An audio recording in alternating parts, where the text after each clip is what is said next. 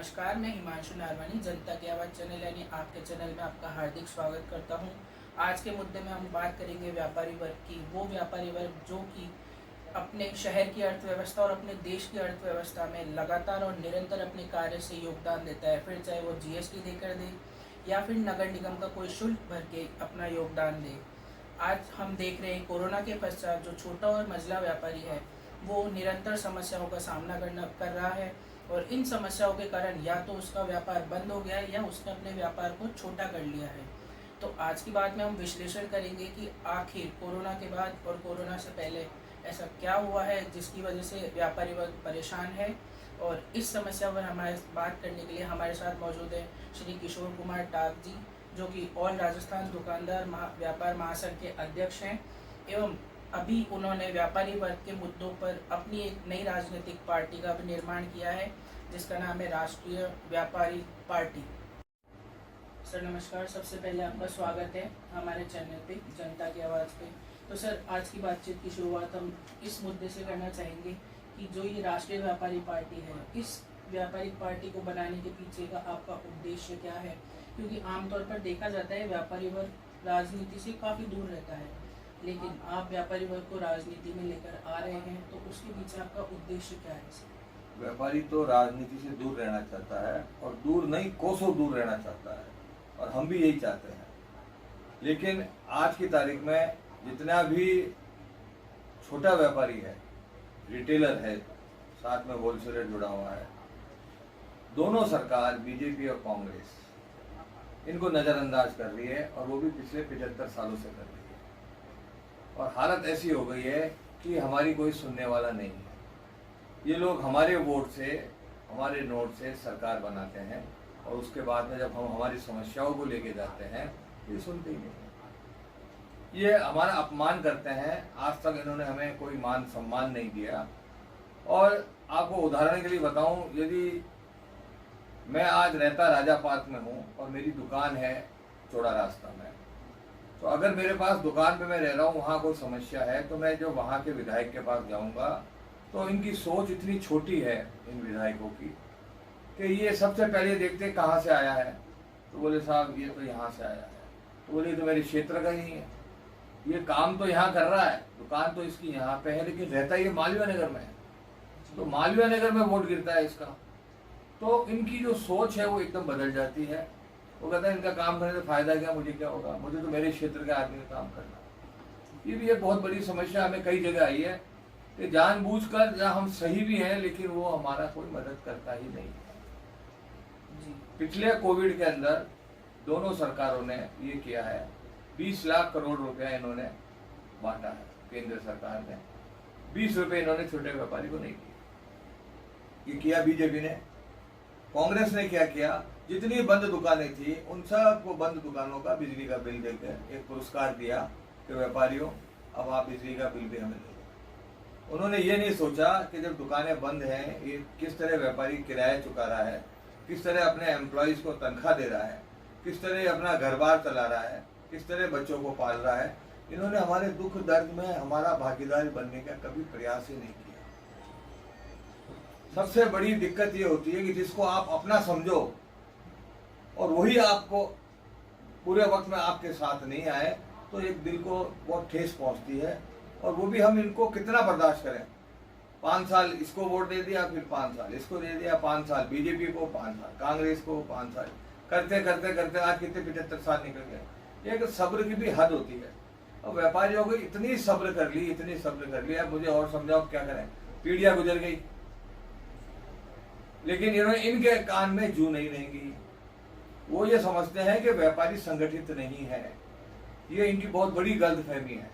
हम लोग हमारे कारोबार में व्यस्त रहते हैं, समय नहीं है हमारे पास में। इसका मतलब ये नहीं कि हम संगठित नहीं है, सारे व्यापारी संगठित हैं। आप एक बार बोलो, आवाज दो, सारे व्यापारी इकट्ठा होकर बोलेंगे हम एक हैं। तो आज की तारीख के अंदर अब वो समय बदल गया है। अब टेक्नोलॉजी भी इतनी बढ़ गई है कि व्यापारी अपने यहाँ बैठ के ही सारा काम कर सकता है, सबको संगठित कर सकता है, सबसे बात कर सकता है, सबको सबूत पेश कर सकता है। अब नगर निगम वाले देखो, आज दुकान के बाहर बिजली का बोर्ड लगा दें हम हमारे नाम का, 100 स्क्वायर फीट का बोर्ड लगा, बोले 34,000 रुपये दो। और भाई हमारे दुकान चलाने के लिए अगर हम बोर्ड नहीं लगाएंगे तो क्या करेंगे? जी दुकान पे नाम तो लगाना ही पड़ेगा ना, हाँ, उसका टैक्स ले लेते हैं। ये शर्म ही नहीं आती इनको। जो हम माल बेच रहे हैं, ग्राहक आएगा, माल बिकेगा, तो जीएसटी के रूप में केंद्र को और राज्य को दोनों को टैक्स मिलता है। और सबसे बड़ी सजा क्या है? इन लोगों के अंदर आपसी भी समन्वय नहीं है। इनके पैसे का बंटवारा भी एक एक पीस का, एक एक बिल के अंदर हमको करके देना पड़ता है कि ये केंद्र सरकार का पैसा है, ये राज्य सरकार का है। और वो बांटना भी हमें पड़ रहा है, हमारे अकाउंटेंटों को चेक करना पड़ रहा है, हमारे ऑडिटर वाले कर रहे हैं, और हर महीने इनको हमें भर के देना पड़ता है। इनका हिसाब भी सारा काम हम ही कर रहे हैं, बदले में हमें ढेला ही नहीं मिलता।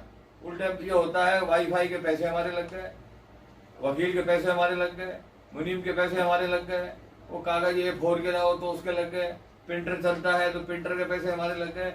अब एक छोटा व्यापारी जिसकी एक आय बहुत सीमित होती है, उसके ऊपर आपने खर्चे का इतना बड़ा बर्डन डाल दिया। छोटी जगह होती है, और कंप्यूटर भी रखो और फिर प्रिंटर भी रखो, और फिर वो बैठे बैठे वो मालूम चलता है आधा दिन तो इसी में निकल जाता है। जीएसटी ऐसा बनाया है इन्होंने, ना तो सरकार को समझ में आया कि जीएसटी क्या है, और ना हमारे को समझ में आया जीएसटी क्या है। 1 तारीख को हम तो इसको भर के निकाल देते हैं, भाई चलो ठीक है, किसी तरह तो ये जान तो छूटी। अब जीएसटी को आपने पीएमएलए में ले लिया, जो आप गलती करता है छोटी मोटी या कुछ भी, उसको सजा होगी और उसकी बेल भी नहीं होगी। ये और एक इन्होंने उपहार दिया है, जो जीएसटी दे रहे हैं सरकार को कमा के देने वालों को, जो है ये एक इन्होंने गिफ्ट दी है कि हम आपके ऊपर पीएमएलए कानून लगा रहे हैं। तो ये सारी चीजें जो दी है ना साहब, ये सारी की सारी ऐसी चीजें हैं जो हम बहुत ज्यादा उससे पीड़ित है, परेशान है। अब इनको सबक सिखाने का समय आ गया है। भाई आप ये समझते हो कि हम आपको वोट नहीं देते हैं, नोट नहीं देते हैं, आप हमारी सुनते नहीं हो, कोई बात नहीं, हम हमारा व्यापारी खड़ा करके जीत जाएंगे।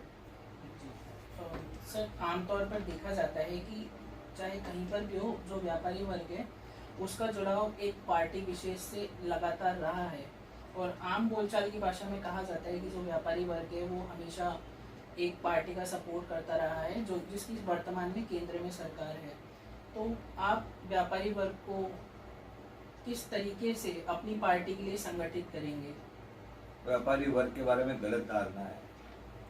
व्यापारी सिर्फ अपने व्यापार का ही हित सोच सकता है, और वो ये देखता है कि जो भी सामने पार्टी है वो उसके व्यापार का, उसके व्यापारी का ध्यान रखेगी नहीं रखेगी। व्यापारी को सामने पे भरोसा होना चाहिए। राजस्थान में विधानसभाओं में कांग्रेस की सरकार है, इसमें ये थोड़ी कह सकते हो व्यापारियों ने कांग्रेस को वोट नहीं दिया, दिया सबूत है ना ये, मैं आपको प्रमाण के साथ बात करता हूँ। उसके बाद में लोकसभा के चुनाव हुए, 25 की 25 सीटें बीजेपी की जीता, उसमें भी व्यापारियों ने दिया। तो अब कहने का मेरा मतलब यह है कि व्यापारी को आप कभी पहचान नहीं पाओगे। बड़े बड़े नेता ये कहते हैं कि हम आप लोगों को समझ ही नहीं पाते हैं, कि चुनाव वाले दिन भी समझ नहीं आता कि आप किसको वोट दो। हम लोग बहुत साइलेंट वोटर हैं, शांत वाले लोग हैं, हमें कोई लड़ाई झगड़े फसाद हमें पसंद भी नहीं है। हम सिर्फ ये देखते हैं कि शांतिपूर्वक तरीके से हम हमारा व्यापार करें और सरकार को टैक्स दें। ये जबरदस्ती कुछ ना कुछ उठपटांग करते रहते हैं, और सिवा पिछले 4-5 सालों में व्यापारियों को परेशान करने के अलावा कुछ भी नहीं हुआ। आज पिछले 4-5 साल में कोविड से लेकर अभी तक व्यापारी उठा ही नहीं है। ऑनलाइन से सारे बाजार के बाजार तबाह हो गए देश के। लेकिन इन राजनीतिक पार्टियों को अपने पार्टी, अपने वोट, अपनी विधानसभा सीटें, अपनी लोकसभा सीटें कैसे बढ़े, सिर्फ यही सोचते हैं। वो ये नहीं सोच रहे हैं कि ये जो बेरोजगारी बढ़ रही है, ये जो फैक्ट्रियां और उनके मजदूर बर्बाद हो रहे हैं, रिटेल बर्बाद हो रहा है, और सिर्फ 4 या 5, 10 कह लो आप, बड़ी इंटरनेशनल कंपनियों के जो ऐप चल रहे हैं जैसा, और वो जो ऑनलाइन बेच रहे हैं माल, उससे बेड़ा गर्क हो रहा है देश का। इनको सोचने का समय ही नहीं है। एक एमएलए साहब से मेरी बात हुई, एमपी साहब से, वो कहता है हमें क्या फर्क पड़ता है, हमें यहाँ से टैक्स नहीं मिल रहा है, हमें वहां से टैक्स मिल रहा है। तो कहने का मतलब ये है कि इनको ये फर्क नहीं पड़ता आम जनता कहाँ जाए, इनको तो ये है हमें तो पैसे चाहिए, यहाँ से नहीं मिले ऑनलाइन से हमने पैसे कमा लिए। तो अब क्या है कि ये जो पीड़ित वर्ग है, ये अब इनको सबक सिखा देगा, इस विधानसभा में भी सिखाएगा और लोकसभा में भी सिखाएगा। कर्नाटक का आप हाल देख ही चुके हो। कर्नाटक में आप ये नहीं कह सकते कि इनकी पॉलिसीज थी, नहीं, वहां पर भी जहां तक हम समझते हैं और हमारी स्टैटिक्स है, व्यापारी वर्ग जो है बीजेपी से बहुत ज्यादा नाराज था और उसने वोट किया है कांग्रेस के पक्ष में, इसलिए इनकी सरकार चली। तो आगे आने वाले समय में देखिए क्या होता है। व्यापारी वर्ग के साथ में अगर ये इस तरीके का व्यवहार करेंगे तो व्यापारी साथ नहीं देगा। सर, आपकी जो राष्ट्रीय व्यापारी पार्टी उससे जुड़ा मेरा एक सवाल है कि क्या आप मानते हैं कि आने वाले विधानसभा चुनावों में राष्ट्रीय व्यापारी पार्टी व्यापारियों को एक साथ संगठित करके किसी निर्णायक स्थिति पे पहुंच सकती है या अपने आप को किंग मेकर की भूमिका में ला सकती है? दोनों रोल है हमारे पास। हम पहले ये देख रहे हैं कि अपने चुनाव के अपने जितने हमने दोनों पार्टियों का है कि हमें आप पर तो भरोसा रहा नहीं, आप हमारे व्यापारियों को टिकट दीजिए। उनकी लिस्टें देखते हैं, जहाँ जाए हमारे व्यापारियों को टिकट दे देते हैं, हम उनके सामने हमारे आदमी नहीं होता है। हमारा एक ही उद्देश्य है, सबसे पहला कि विधानसभा में हमारा दुकानदार व्यापारी पहुंचे, चाहे किसी पार्टी से पहुंचे। हमारी तो दुकान है, हमें कोई जरूरी नहीं है कि हमें कोई ब्रुक बॉन्ड की टी ही बेचनी है। हम दूसरे किसी ब्रांड का माल बेच सकते हैं, कोई जरूरी नहीं हम पार्ले का ही बेचें, हम कैडबरी बेच सकते हैं, हम कुछ भी माल बेच सकते हैं। तो इसी तरह हम ये देख रहे हैं कि हमारे व्यापारी विधानसभा में कैसे पहुंचे, ये हमारा पहला उद्देश्य है।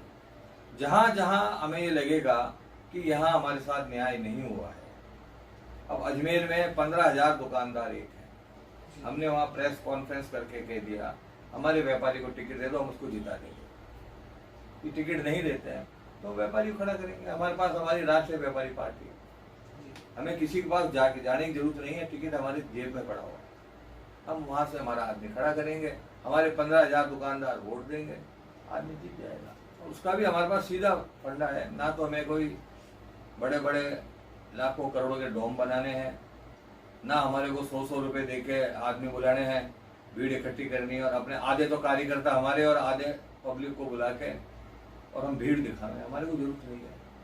सारे के सारे जो हमारे बाजार है वही हमारे लिए डोम है और उसमें ओरिजिनल पब्लिक आती है हमारे पास। हमें फर्जी पब्लिक बुलाने की जरूरत नहीं है, असली पब्लिक आती है और उनसे हमारा सीधा संवाद होता है, मिलना जुलना रहता है, चाय पानी हम पिलाते हैं, करते हैं। तो हमारे को ये सब नकली फर्जी काम करने की आवश्यकता नहीं है।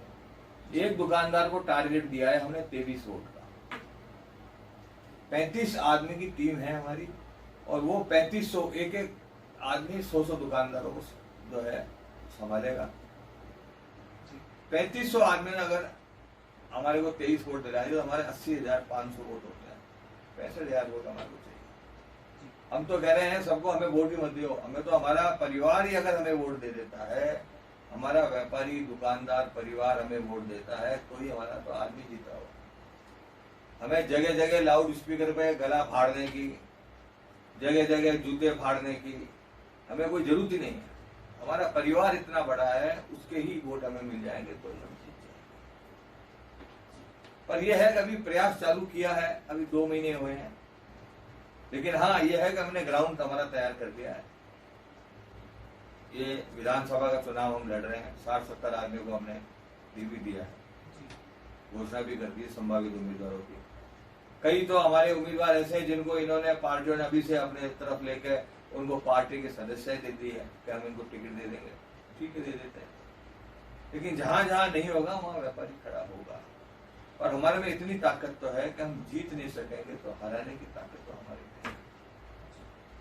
40 सीटें ऐसी हैं बीजेपी की जहां से 2,000, 5,000, 3,000, 8,000, 7,000 से हम जीते हैं उम्मीदवार। इसी तरह कांग्रेस की 35 सीटें ऐसी हैं 200, 250, 1200, 1500 को जीते हुए।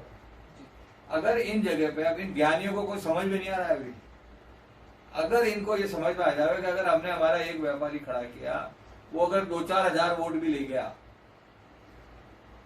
इतनी तो क्रेडिट हमारी है ना, इतनी तो स्ट्रेंथ हमारी है। अगर 5,000 वोट भी एक व्यापारी ले गया तो इनके समीकरण का क्या होगा? जीतने वाला हार जाएगा और हारने वाला जीत जाएगा।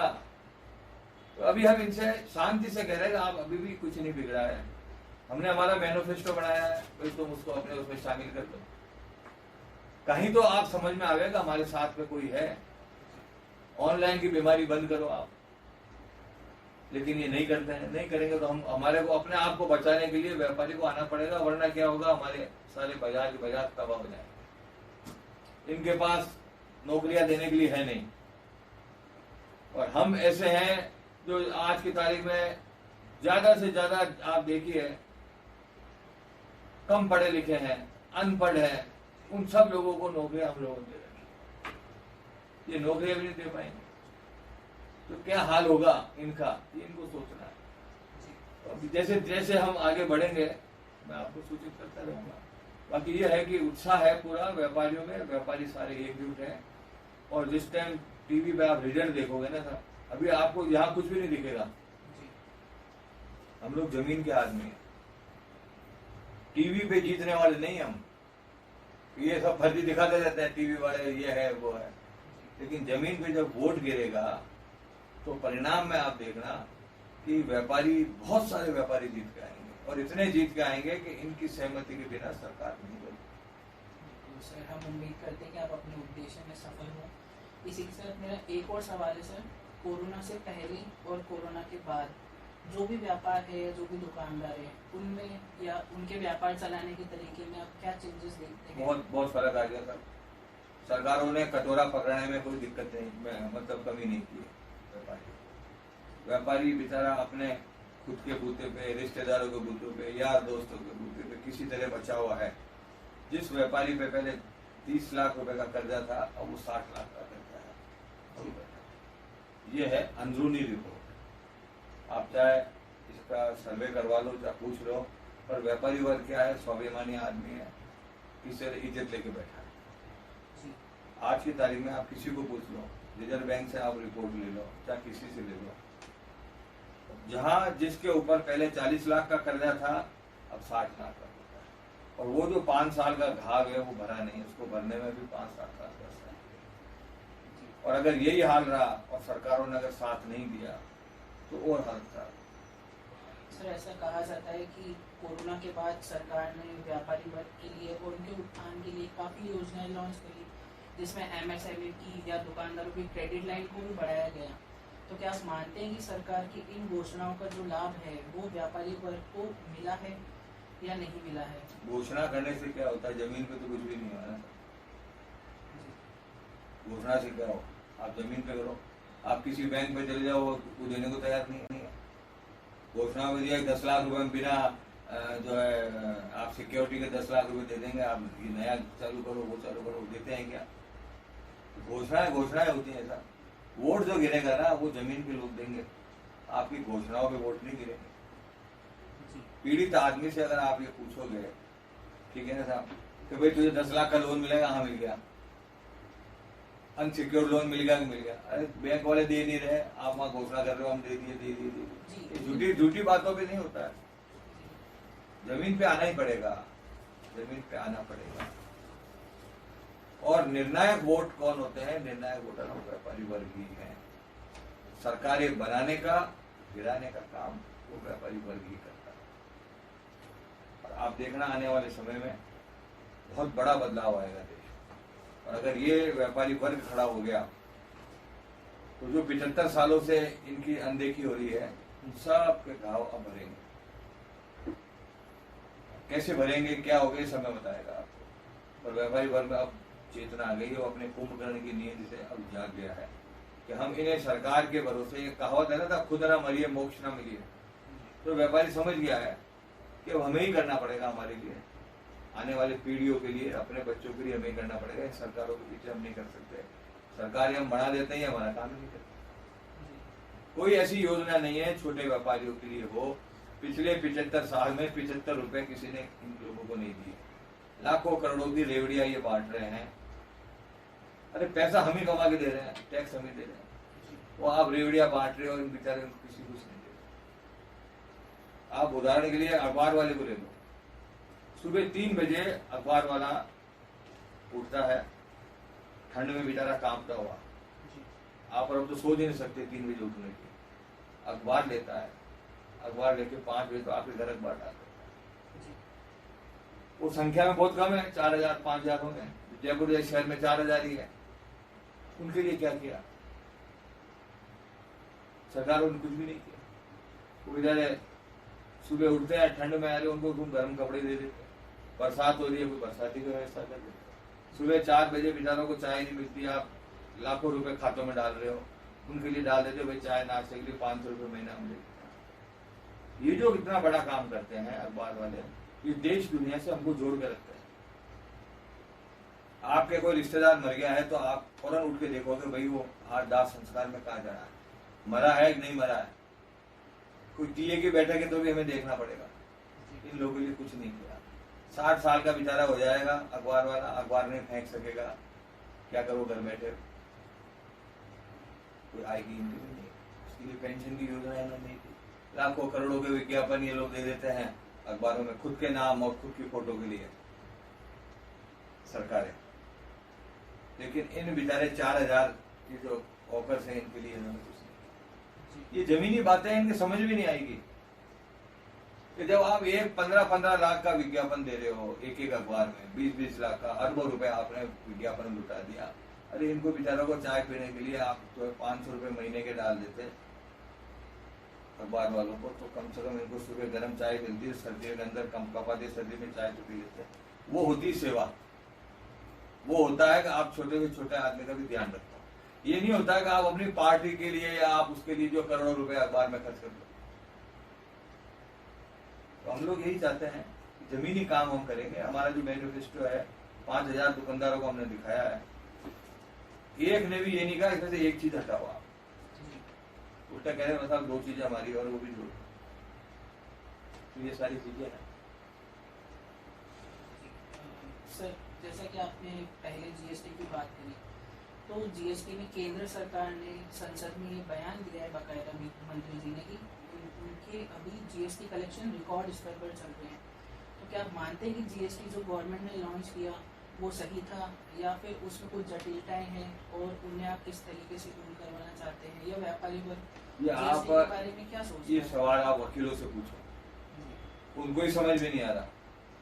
अब जीएसटी कलेक्शन बढ़ रहा है, कलेक्शन तो कैसे बढ़ा सकते हो आप? अब आपने आटे दाल चावल में भी वैट लेना शुरू कर दिया, आपका तो इनकम बढ़ गई।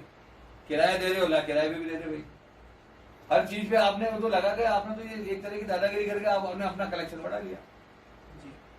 अगर आज किसी को 20,000 का किराया आ रहा है, ला इस पे भी जीएसटी। आपने आटा खाने के लिए ले लिया, ला इस पे भी जीएसटी। तेल ले लिया तो इस पे जीएसटी, जिस पे नहीं था उन सब पे लगा दिया उन्होंने। और पेट्रोल जो पहले आप देखो 40-50 रुपए था, वो 100 रुपए कर दिया आपने, वो भी महंगाई आपने बढ़ा दी। तो हर जगह आप जहां चाहो टैक्स बढ़ाओ ना, उसमें क्या फर्क पड़ता है? जितने आइटमों का आप बढ़ाओगे, आप 28% इस पर लगा दो, 8% उस पर लगा दो, 10% उस पर लगा दो, टैक्स बढ़ाते जाओ, जनता को भी देनी पड़ेगी। जी सर मेरा एक सवाल और है कि 2019 के बाद, कोरोना के लॉकडाउन के बाद सरकार ने अपनी इकोनॉमी को डिजिटलाइजेशन करने का सोचा और सरकार लगातार उसमें आगे भी बढ़ रही है जैसा कि हम देख पा रहे हैं। तो क्या आप मानते हैं कि व्यापारियों को भी मतलब दुकानदार में या फिर अपने बिजनेस प्लान में अपग्रेड होने की ज़रूरत है? ई कॉमर्स या ऑनलाइन बिजनेस को आप किस तरीके से देखते हैं, या उसमें किस तरीके की सुधार की संभावनाएं हैं जो आप चाहते हैं सरकार से? तो वो व्यापारियों को अपने आप को बदलना तो पड़ेगा। आपको अपने आप को चेंज करके, अगर इसमें आ रहे हैं डिजिटल तो आना ही पड़ेगा, उसमें तो कोई हमें ऐतराज नहीं। अपने आप को अपग्रेड कर लेंगे हम। तो पहले हम रुपए गिनते थे, अब कोई बात नहीं, हम पेटीएम दे देते थे, जाना तो पेटीएम पैसा तो हमारे खाते में आ रहा है ना, उसमें तो कोई दिक्कत नहीं हमारे। क्योंकि ऑनलाइन से जो हमारे पास ग्राहक ही नहीं आ रहे हैं, तो क्या तो पेटीएम आएगा और क्या आपका गूगल पे आएगा, क्या आएगा? कुछ भी नहीं आएगा। ग्राहक ही सारा आपका ऑनलाइन में जा रहा है वहाँ। और 5 कंपनियां हैं जो माल बेच के पैसा कमा, इन सबको बाबा जी कर दिया। जहाँ बदलाव की जरूरत है वहाँ व्यापारी बदलाव करता ही है, उसमें कोई दिक्कत नहीं है, तो करना भी चाहिए। और जीएसटी का सरलीकरण होना चाहिए, ये टेढ़े बांके कुछ समझ में नहीं आते था, बहुत ज़्यादा सिंपल होना चाहिए। व्यापारी टैक्स तो देने को तैयार है ना था, उसको जबरदस्ती आप ऐसा रास्ता क्यों दिखाते हो?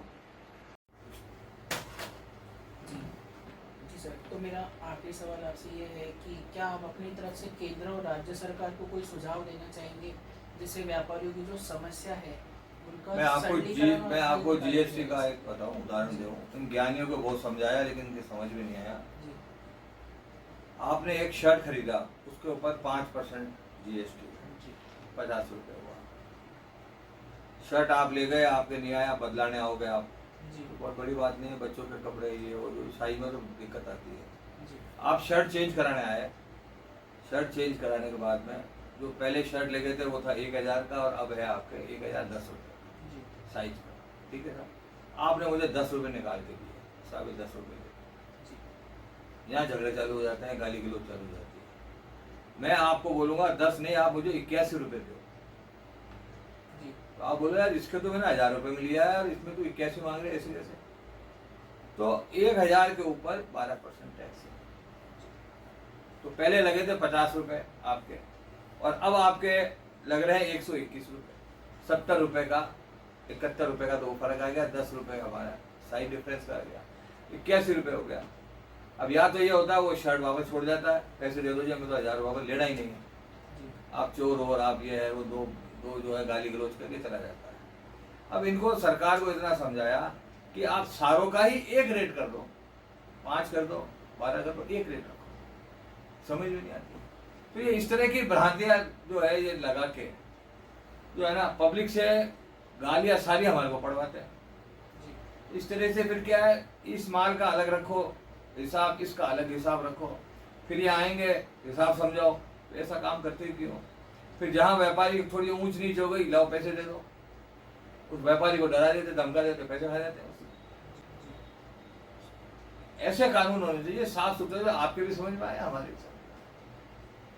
तो जीएसटी के अंदर तो बहुत गुंजाइश है, अभी तो बहुत गुंजाइश है कि आप इस जीएसटी को जो है उसका सरलीकरण होना चाहिए। और सरकार खुद भी जानती है सरलीकरण होना चाहिए, लेकिन कर नहीं पा रहे, पता नहीं क्यों, क्या कर रहा है।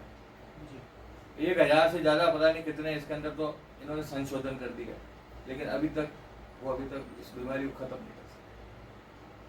जी तो हम तो ये चाहेंगे कि इसको सरलीकरण करके, व्यापारी टैक्स देना चाहता है, आप टैक्स लो ना, बात करता हूँ, व्यापार तो करने दो। आपने तो अगले को व्यापार करने से ही ऐसा कर दिया है कि उसकी इच्छा ही नहीं होती है व्यापार करने की। अब मेरे जैसे आदमी को भी आप ले, आज 64 साल हो गए, 50-60 साल से मैं 50 साल से व्यापार कर रहा हूँ, लेकिन अब जाके ऐसा लग रहा है इतनी कानूनी पेचीदगी आ गई है, इतनी आ गई है, फिर ऊपर से ये है कि आपकी जमानत भी नहीं होगी, तो आदमी सोचता है यार व्यापारी क्यों करूँगा, इतनी मैंने पूंजी लगा रखी है, इतना ही लगा रखा है, इस सबको मैं अगर बैंक में भी पैसा डाल दूंगा तो मेरे को ब्याज मिल जाएगा, मैं जितना कमाता नहीं है। तो इस तरीके की चीज़ें नहीं होनी चाहिए, इससे देश को नुकसान होगा, बेरोजगारी बढ़ेगी, सारी चीज़ें होगी। आप व्यापारियों को सुविधा दो जो हमें मिलती नहीं है। सरकार को सोचना चाहिए, नहीं तो फिर हम सोचेंगे हमारे लिए। धन्यवाद।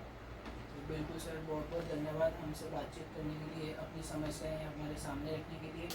हम उम्मीद करते हैं कि आपकी राष्ट्रीय व्यापारी पार्टी कुछ अच्छे मुद्दों के साथ व्यापारियों के बीच में जाए और अपने उद्देश्य में सफल हो।